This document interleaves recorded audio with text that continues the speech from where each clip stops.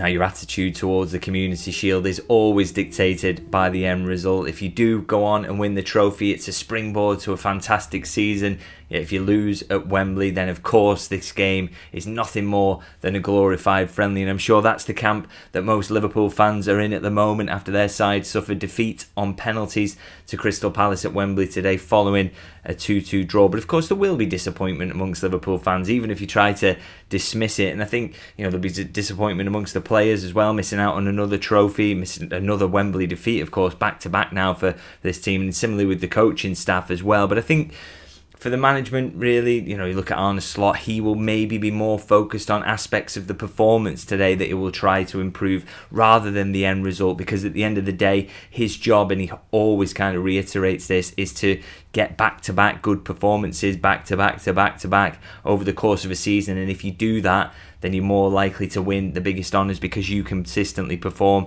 at a high level. Obviously, I think from today's performance, there'll be aspects that he definitely didn't like about that, and that'll be what he's maybe concerned about. But also, I think he will be able to kind of take this game for what it is, because it is a difficult judgment call from this game a lot of the time, because I've seen so many times down the years that maybe Manchester City have featured in this game and maybe not looked great, and you start to think, oh, are the cracks there? Are they going to struggle next season? And then of course they roar into gear and run away with the Premier League. I think back to the year that Darwin Núñez scores the winner at the King Power Stadium in this tournament, and of course everybody thinks Liverpool are set up to have a great season, but it didn't quite work out that way. And in fact, an interesting fact about this one, in the last 15 years, only once has the Community Shield winner gone on to win the Premier League. So maybe that's a good omen for Liverpool coming off the back of a defeat in this one. But as I say, I think the main focus really for the manager, for the players, should really be on the performance and what aspects of that they can improve and what aspects of that they like and they can take forward into the Premier League. Now they've just got to, this is almost the end of a grueling pre-season, isn't it? They've got to take that forward now and put it all together, particularly when the Premier League kicks off on Friday against Bournemouth. Now, speaking about the performance, obviously, I think what we saw really was a largely even game. I mean, the statistics back that up. 12 shots for Palace, 14 for Liverpool, 1.08 expected goals for Liverpool, 2.03 for Palace. Although with Palace, you have to say that XG number skewed by them having a penalty, so that's worth 0.78 to 0.8 expected goals. So, like I say, largely even on shots, largely even on expected goals. The shots on target was 5-4 in Liverpool's favour. So, like I say, a relatively even game there, really. And I think you've got to give credit to Palace for that. They are very, very well set up, aren't they? And obviously they won the FA Cup for good reason last season, because they are a very, very good team, and they gave Liverpool a great game at Anfield on the final game of the season. But of course, as much as you want to credit them and say, how well they did in the game, of course, Liverpool don't want to have an even game with Crystal Palace. They want to be much better than Crystal Palace next season, and if they do that, then they'll have a really good chance of winning the Premier League again. They will, of course, want to go further in the Champions League as well. So I think there are aspects of that performance, the things that where they were even in the game that Arne Slot will definitely want to improve on. And I think maybe chief amongst those, and maybe our first talking point here, is the defence. So Liverpool, as I say, that XG number for Palace slightly skewed by the fact that they got a penalty, but still it felt like Liverpool were giving up too much in terms of transitions. They looked really kind of like they could be hurt there, which is something Palace are incredibly strong at. And also, whenever a crossfield ball was played, spreading the play from side to side from Palace, it just seems to open up Liverpool far too easily. Now, they are just one of the best sides out there at doing this. Obviously, in transitions, they've got pace, they've got power, they've got quality all over the pitch as well. And those crossfield balls, they're a massive feature when you play 3-5-2. You want to use that width and the extra player and the overlaps that you can gain through that. So it's a big part of it. And also for them, I think for Palace, they haven't really made any signings this summer, so they've got continuity. They know what everybody knows the role, and that makes it easier for them to do what they want to do in games, and particularly on a big pitch in Wembley, it almost suits their style of play. But I thought it was interesting, you look at it from a purely Liverpool perspective, and I was in the embargoed section of Arne Slot's press conference previewing this match, so he gets the journalists in a small room and we talk to him. It's just a newspaper journalist, and so you get kind of a little bit more openness from the manager in his answers. And I thought it was interesting. One of the questions, one of my colleagues was trying to tempt him into an answer, or a more detailed answer, on Alexander Isak, and saying, do you need reinforcements in attack? And he kind of shot that down immediately and said, I think what we've shown in pre-season is we can score goals, but I'm a little bit annoyed about kind of some of the chances we've been given up. He said even against Yokohama, where we only concede once, but we gave up too many opportunities for goals. And when you do that, and if you do that consistently, the chance you are going to concede increases, doesn't it? So I thought it was interesting he mentioned that really the defence was the kind of thing he was worried about. And I can already hear people kind of shouting at me as I talk about this, really, and what Liverpool gave up. As I say, the amount of shots that Palace got, the XG that they got, the shots on target. They should do something about that in the transfer market. And of course, Mark Gay is a potential target. Maybe he's played his last game for Crystal Palace there. We don't know about the injury situation there. But what I would say is that even if Mark Gay had signed for Liverpool 2 weeks ago, I'm pretty sure that Virgil van Dijk and Ibrahima Konate start this game for Liverpool regardless. So for me, it's not a personnel issue. And if Gay comes in, he's not going to be a part of a back three with those two. They are Liverpool's two best central defenders at the moment, and it's up to Gay to get himself in the team. So for me, it's not about personnel. It was more almost systemic, particularly those aspects of kind of defending transitions just looked very, very messy. I mean, it's worth mentioning that you got a couple of mistakes in there from Virgil van Dijk, which we're not used to, and hopefully they don't become a feature. And you can feel pretty confident saying that's not going to happen too often. But as I say, what was going on in front of him a lot of the time didn't kind of look right. Where the fullbacks were getting back into position, and the fact that Gakpo seemed to be getting dragged back when those crossfield balls were being played, it just didn't feel right at times. And as I say, I think that's just more of a systemic issue really for Liverpool rather than a personnel one. As much as I think they should and they need to sign a centre-half, I don't think it would have solved problems here. We fall back on signings really as the solution to all ills, but I think in this situation it was the way Liverpool was set up, and something that Arne Slot himself has mentioned in pre-season, or was a feature of pre-season, played out again here. So you're running out of time to sort that out before Bournemouth, another side who are absolutely world class in transition. So Liverpool have got to be careful and make sure that they are right for that game really, and address it. As I say, is it systemic? I think so. Maybe a little bit better protection in front of the back four, like a Gravenberg, might help things out if we want to go down the player route. But as I say, I don't think it's a signings thing, that's for sure. I think it's something that Arne Slot will absolutely have to sit down with his players and go through the footage, as we know he does, and kind of sort that out really before Friday comes around. So no panic.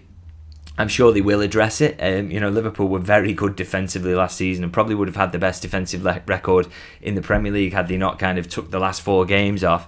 And I think they will address the depth issue, be it Gay, who we'll see with that injury. That's an interesting one.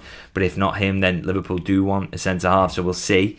But as I say, I think that's something that Arne Slot will come away from this game really hammering into his players that they need to improve upon, and hopefully they can do in time for Friday's game against Bournemouth. But of course I've gone in on a big negative there, and that's the start, but that means that I can finish on positives. And as much as much as it's disappointing not to win this game, I think there were an awful lot of positives for Liverpool. I think one of the issues they had in defence, just quickly to go back to that by the way, I think was turnover.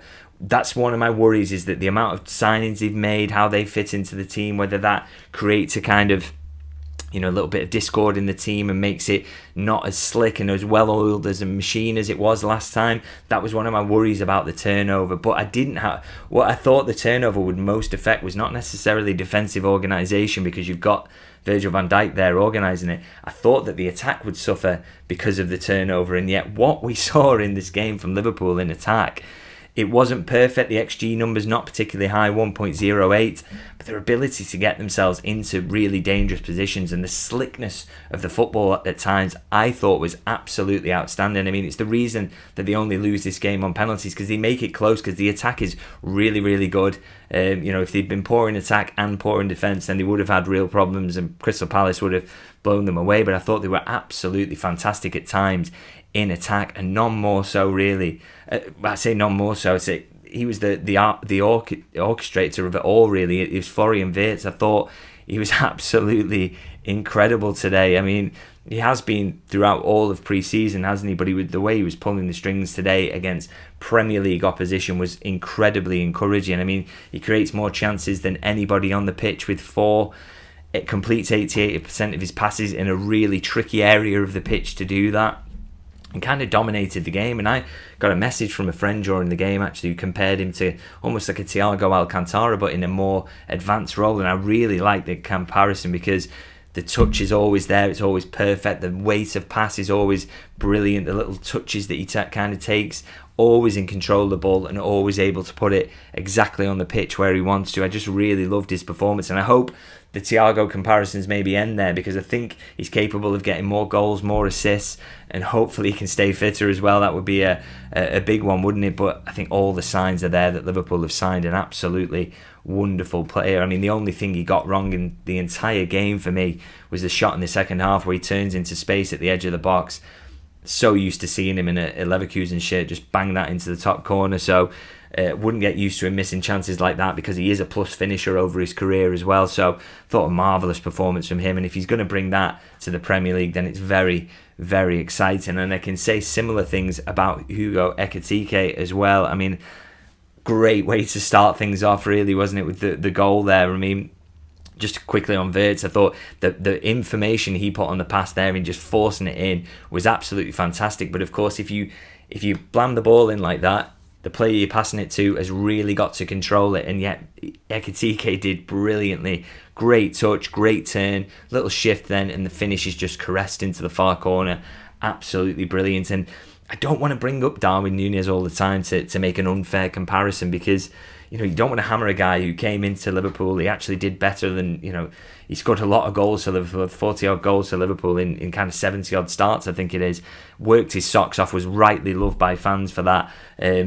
But the comparison's there to be made, because he is the player that Ekitike is effectively replacing this summer. And I just thought, when you see Ekitike address the ball in the way he does, both the finish and the touch before it, could you imagine Darwin Núñez showing that great touch there?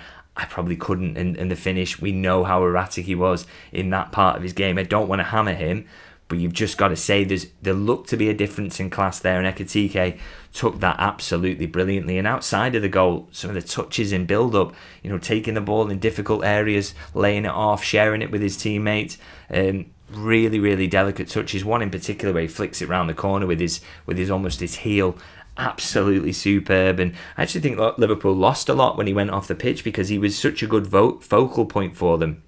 He wins 3 out of his 7 duels. He gets 3 shots away, touches in the opposition box. He gets 4. Only Salah and Mateta got more, where they both got 5. So he was really influential in the game. And like I say, I think Liverpool lost a little bit when he went off. So that's something to think about. Can you keep him on for the full 90 minutes against Bournemouth? And of course, what happens when Isak comes in? That said, the Isak worry, I know people say, well, Liverpool need a centre half more than they need Isak. I don't agree with that. Liverpool had Jota, they had Diaz, they had Núñez playing up front over various stages of last season. So to have 2 top-class options, and I think Ekitike has shown himself to be definitely that today, will be brilliant for Liverpool. And I think it's very much what they need as well, because that attacking depth on the bench today didn't look fantastic, did it? Particularly if Chiesa leaves as well. So they definitely do need Isak. But wow, Ekitike, he looks ready to have a big impact this season, and I really, really enjoyed his performance. So I think, to summarise really, as I say, I think the attack looks really, really good and surprised me in that way, really. And I think there's even more to come from them as they get used to each other, because the slickness and the speed of some of the exchanges, once they're at the best and once they're all really tuned into each other and they hit the stride this season, I think there's going to be an absolute joy to watch. As I say, more to come from them, so I'm very excited about that. And I think the defensive aspect, look, I think Liverpool will be fine. I think Slot's a manager who prizes defensive organisation. I don't think we're going to see so many Van Dijk mistakes throughout the season either. And again, talk about that turnover and the time it might take. Maybe Liverpool will make a slowish start, because they've had that turnover, and the defensive organisation might take a little time. But equally, it could just be that this game has come on a huge pitch in really bad heat against a really motivated Crystal Palace side. They don't get many chances to win the Community Shield. and after a grueling pre-season, and maybe Liverpool have just been caught on a slightly bad day, but of course we will see because it's coming up really soon. But I think a lot more to be positive about than maybe negative after this one, and more signings to come. Of course they need to get, I think, Alexander Isak in. I think they need a centre-half as well.